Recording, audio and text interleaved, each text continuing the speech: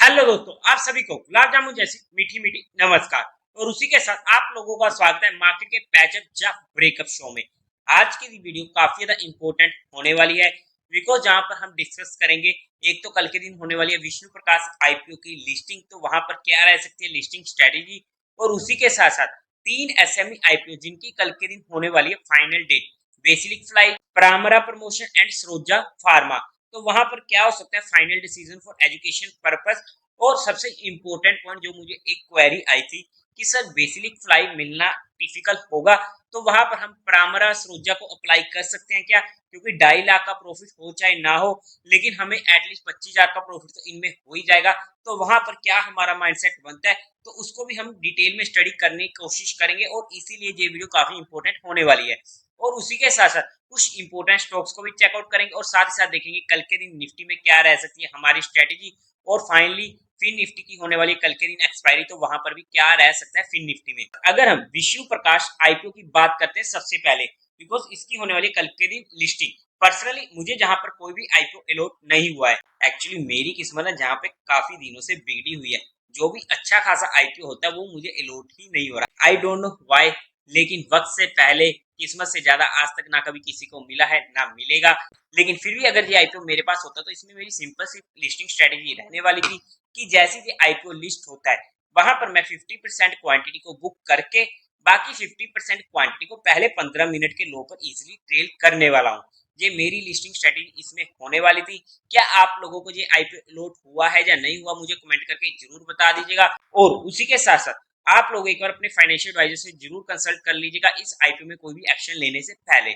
और फाइनली हम बात करते हैं हमारे तीनों आईपीओ की, जिसमें सबसे पहला होने वाला बेसिलिक फ्लाई स्टूडियो आईपीओ, जिसका काफी ज्यादा हुआ बना हुआ है और हर किसी को हो रहा है कि ये आईपीओ हमें मिल जाए। तो यहाँ पर मेरा सिंपल सा डिसीजन रहने वाला है एजुकेशन पर्पस की, मैं इस आईपीओ को अपने हर फैमिली मेंबर के अकाउंट से अप्लाई करने वाला हूँ। काफी अच्छा ये आईपीओ होने वाला है। अगर हम इस कंपनी का काम फंडामेंटल और वैल्यूएशन वाइज जाकर देखते हैं तो काफी अच्छा ये आईपीओ होने वाला है। फाइनेंशियल भी इसके ओके, तो वहां पर आज के टाइम पे इस आईपीओ में कोई भी इतनी मेजर दिक्कत देखने को नहीं मिल रही है, और ये आईपीओ काफी अच्छा रहने वाला है। और उसी के साथ साथ अगर मैं सेकंड आईपीओ की बात करता हूँ, प्रामरा प्रमोशंस आईपीओ, तो यहाँ पर मेरा सिंपल सा डिसीजन होने वाला है कि मैं इस आईपीओ को अप्लाई नहीं करने वाला हूँ। Third, Saroja pharma industries IPO को भी मैं पर्सनली अप्लाई नहीं करने वाला हूँ। मतलब कि जहां पर मैं सिर्फ एक ही आईपीओ को अप्लाई करने वाला हूँ, बेसिलिक फ्लाई स्टूडियो आईपीओ को। अब जहां पर साइकोलॉजी समझते हैं कि हमें 2.5 लाख रुपीज का प्रॉफिट हो चाहे ना हो बेसिलिक में, मैं जहां पर एक राउंड ऑफ में फिगर लेके चल रहा हूँ कि 2.5 लाख का प्रॉफिट हमें इस आईपीओ से अगर देखने को मिलता है, वो हो चाहे ना हो, क्योंकि जहां पर ये आईपीओ मिलना काफी ज्यादा मुश्किल होने वाला है। तो क्या हम यहाँ पर परामरा या सरोजा फार्मा को आईपीओ को अप्लाई करके 25,000 राउंड ऑफ में फिर से एग्जांपल के साथ ले लिया कि वो प्रॉफिट नहीं कर सकते, क्योंकि जहां पर आईपीओ मिलना इजी रहेगा as compare to Basilic Fly Studio. लेकिन सबसे इंपॉर्टेंट फैक्टर आ जाता है हमारा रिस्क रिवार्ड, क्योंकि अगर मार्केट में ऊपर नीचे कुछ भी होता है तो वहां पर हमें इन दोनों आईपीओ में दिक्कत देखने को मिलेगी। और हो सकता है कि वहां पर हमें डिस्काउंट में भी देखने को मिल जाए, क्योंकि एसएमई आईपीओ हमेशा अग्रेसिव लोगों के लिए होते हैं, और वहां पर हमें हमारे रिस्क फैक्टर को देखकर ही अप्लाई करना पड़ता है। बिकॉज ये चीज आपको सोचनी पड़ेगी, क्योंकि जहां पर हमारी एक हैवी अमाउंट लगती है 1 लाख के ऊपर की, और वहां पर अगर मान लो कि 10% का भी डिस्काउंट खुल जाता है, तो वहां पर हमें उसके अकॉर्डिंग लॉस भी उतना ही होने वाला है। क्या हम उस लॉस को लेने के कैपेबल हैं? क्या अगर ये आईपीओ डिस्काउंट में खुल गया तो वहां पर मुझे कोई दिक्कत नहीं होगी? इसीलिए ये एग्रेसिव इन्वेस्टर्स के लिए होते हैं। और सबसे मेन प्रॉब्लम कि एसएमई आईपीओ खुलने के बाद सर्किट्स में चले जाते हैं, क्योंकि आईपीओ का साइज काफी ज्यादा छोटा होता है और वो टी2टी सेगमेंट में खुलते हैं। और वहां पर जब भी वो सर्किट्स लगते हैं, अगर अपर सर्किट लग गया फिर तो कोई दिक्कत नहीं होती, हम इजीली एग्जिट कर सकते हैं। लेकिन अगर बाय चांस लोअर सर्किट लग गया तो वहां पर हम एग्जिट नहीं कर पाएंगे। इस पॉइंट को हमें समझना पड़ेगा जब तक वो सर्किट खुलेगा नहीं। इसीलिए हमारा जो रिस्क रिवार्ड रेशियो होता है उसे मेंटेन करना जरूरी हो जाता है कि हर चीज में, मैं सिर्फ इन्हीं आईपीओ में नहीं कह रहा, हम स्टॉक में ट्रेडिंग करते हैं, एफएनओ में ट्रेड करते हैं, जब आईपीओ की भी बात करते हैं, तो हर जगह पर हमारा रिस्क रिवार्ड इंपॉर्टेंट हो जाता है, उसे मैनेज करना जरूरी होता है। इसलिए आप लोगों का जो भी डिसीजन हो किसी भी आईपीओ में, एक बार अपने रिस्क रिवार्ड रेशियो को मेंटेन जरूर कर लीजिएगा, और उसी के साथ साथ अपने फाइनेंशियल एडवाइजर से कंसल्ट करके कोई डिसीजन बनाइएगा। आई होप कि आप लोगों को यहाँ पर काफी चीजें क्लियर हो चुकी होंगी, और आपका माइंडसेट भी क्लियर हो चुका होगा इस पॉइंट को लेकर। लेकिन क्या इसका मतलब ये होने वाला है कि क्या ये आईपीओ डिस्काउंट में ही खुलेंगे? इसके बारे में हम कुछ नहीं कह सकते। इनफैक्ट अगर मैं बेसिलिक फ्लाई स्टूडियो की बात करूं, क्योंकि मार्केट में 1% चांस तो इतना भी रहेगा कि बेसिलिक फ्लाई स्टूडियो आईपीओ भी डिस्काउंट में खुल सकता है। इतना तो हमें मार्केट में रिस्क लेना पड़ेगा हल्का फुल्का, लेकिन 5 to 10% का हम रिस्क ले सकते हैं बेसिलिक में, क्योंकि वहां पर प्रोबेबिलिटी कम है उसके खुलने की। लेकिन परामरा और सरोजा फार्मा में अगर हम जीएमपी भी देखते हैं तो कुछ खास हमें देखने को नहीं मिल रहा है, और वहां पर डिस्काउंट में या फिर प्रॉफिट में खुलने के चांसेस 50-50 होने वाले हैं। और जल्दी कुछ एसएमई आईपीओ में जो अभी लेटेस्ट आए हैं उनमें कुछ ऐसा भी देखा गया कि उन्होंने धमाकेदार हमें वहां पर लिस्टिंग देखने को दी है। तो क्या ये हमें धमाकेदार लिस्टिंग देखने को नहीं दे सकते? दे सकते हैं, लेकिन वो हमारा फिर रिस्क रिवार्ड रेशियो को मेंटेन करना पड़ेगा।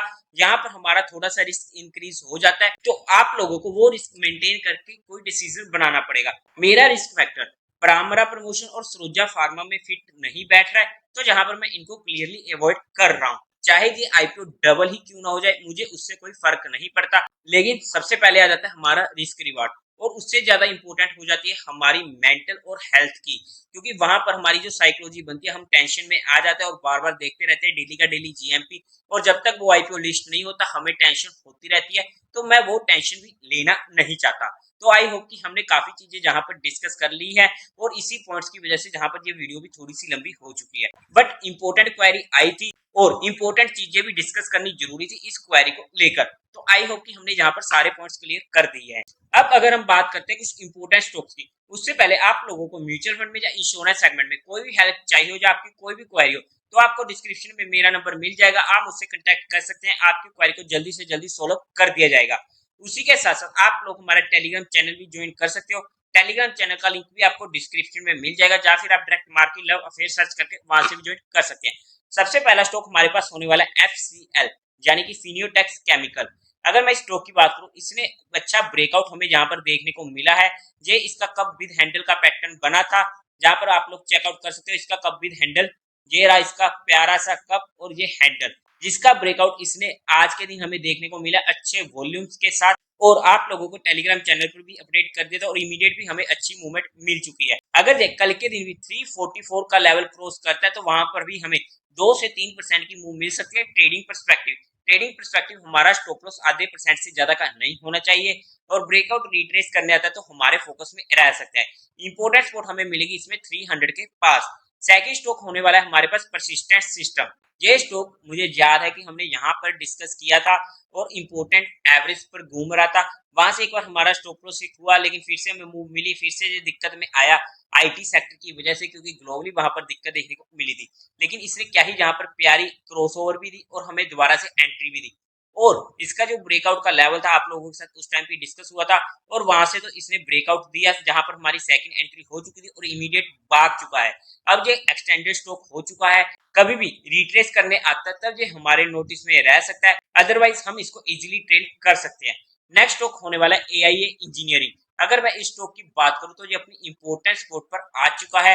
20 की मूविंग एवरेज जहां पर ये हमारे स्टडी पर्पस नोटिस में आ जाता है एक छोटे से स्टॉप लॉस के साथ। मेजर स्पॉट हमें इसमें मिलेगी 3, 4, 7, 8 की, जहां पर तो ये हमारे लिए मेजर फोकस में आ जाएगा और शॉर्ट टर्म का कैंडिडेट भी बन जाएगा। लेकिन जितने भी स्टॉक्स आप लोगों के साथ डिस्कस हुए हैं वो सिर्फ एजुकेशन, लर्निंग और केस स्टडी पर्सपेक्टिव में है, किसी भी तरीके की जहां पर कोई भी इन्वेस्टमेंट टिप या एडवाइस नहीं दी गई है। फिर भी अगर आप लोगों को इन्वेस्टमेंट या ट्रेडिंग करनी है तो एक बार अपने फाइनेंशियल एडवाइजर से जरूर कंसल्ट कर लीजिएगा। अब अगर हम बात करते हैं हमारी निफ्टी की, तो आज के दिन आप लोगों को आ चुका हुआ काफी ज्यादा मजा। तो जैसा कि हमारी कल की वीडियो में बात हुई थी कि 19,550 हमारे इंपोर्टेंट रेजिस्टेंस रहने वाला है।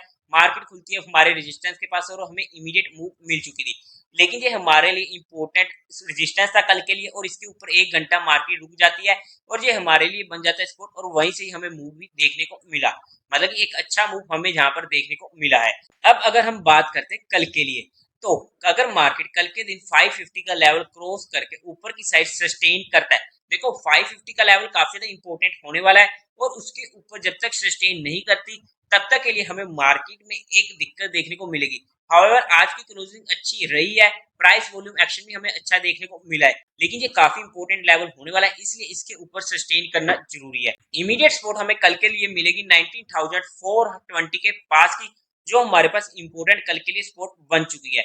अगर हम बात करते हैं ऑप्शन चेन डाटा की, तो यहाँ पर भी अगर आप लोग देखो 90,400 हमारे पास एक अच्छा स्पोर्ट बन रहा है, क्योंकि यहाँ पर अच्छे हमें पुट सेलर देखने को मिल रहे हैं। 90,300 के नीचे तो अच्छी पुट सेलिंग देखने को मिल रही है। अगर हम ऊपर की साइड की बात करते हैं तो 90,600 पे सबसे ज्यादा कॉल सेलर देखने को मिल रहे हैं। उसका 90,700 के ऊपर तो मार्केट में अच्छे पुट सेलर कॉल सेलर हमें देखने को मिल रहे हैं।